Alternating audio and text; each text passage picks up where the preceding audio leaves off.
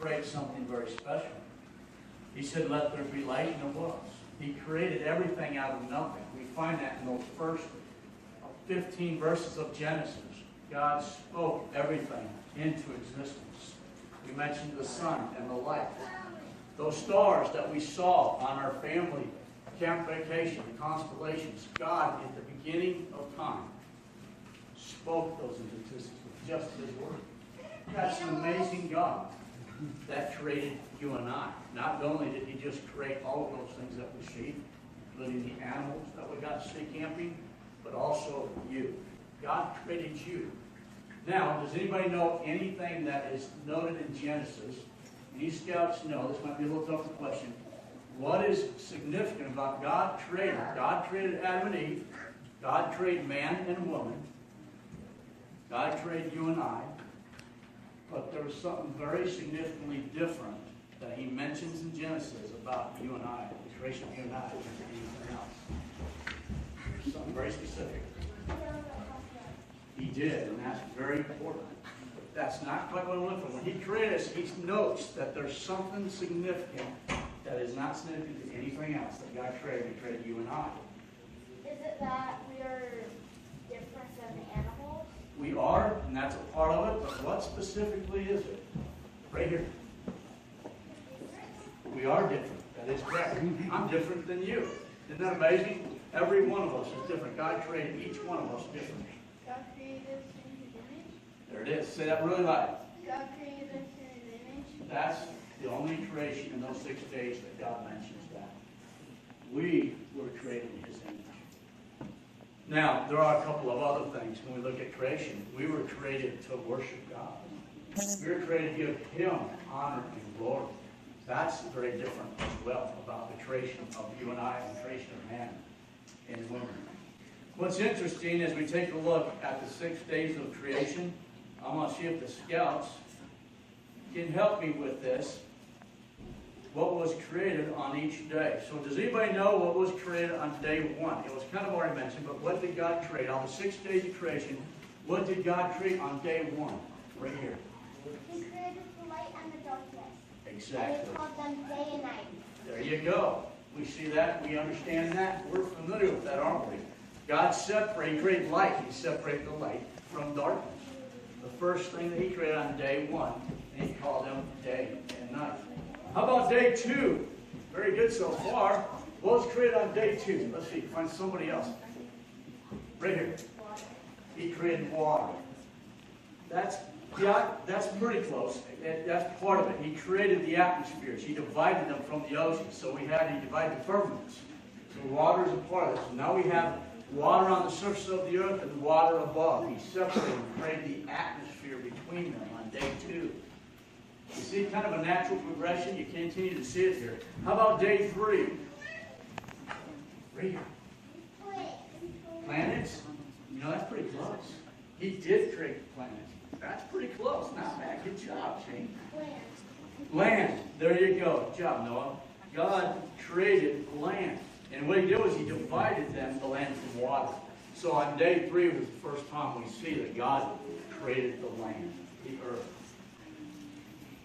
There is one other thing that He did create on day 3 along with the land that is kind of natural. Because now we have light and darkness. We now have land. There is something else that's kind of mentioned in day 3 along with the land. Right here. The plants. He created vegetation on day 3. Absolutely. You guys are doing great. I am impressed. Day 4. What was created on day 4? Now we have day 4. This one most people will remember. Let's go over here. Right here on the end. Animals. Animals. That's close, but not quite. You're a little ahead. You're one day ahead. Right there. Close. You're close. Something else on day 4. Right here. There you go. Shane was just one day ahead. We have sun, moon, and stars were created on day 4. The sun, the moon, stars. But of course, all those vegetation and plants, my thinking is we're going to need sun and nutrients. All right, we're almost there. Day 5. What did God create on day 5?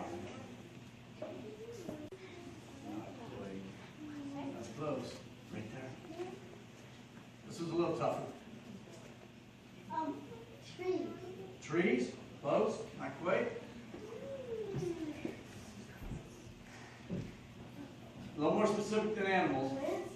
Close. Specific animals. Specific animals. Not quite. No. Sea creatures, you're close, go a little higher. In.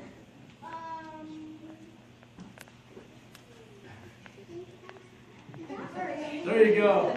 Creatures to fill the sky and the water. So if you said fish, you were there as well. So it was the birds and the fish on day 5. And then we come to day 6, and what do we have left? We filled the ocean. God's filled the ocean and created all the creatures within the ocean. He's created all the creatures in the sky.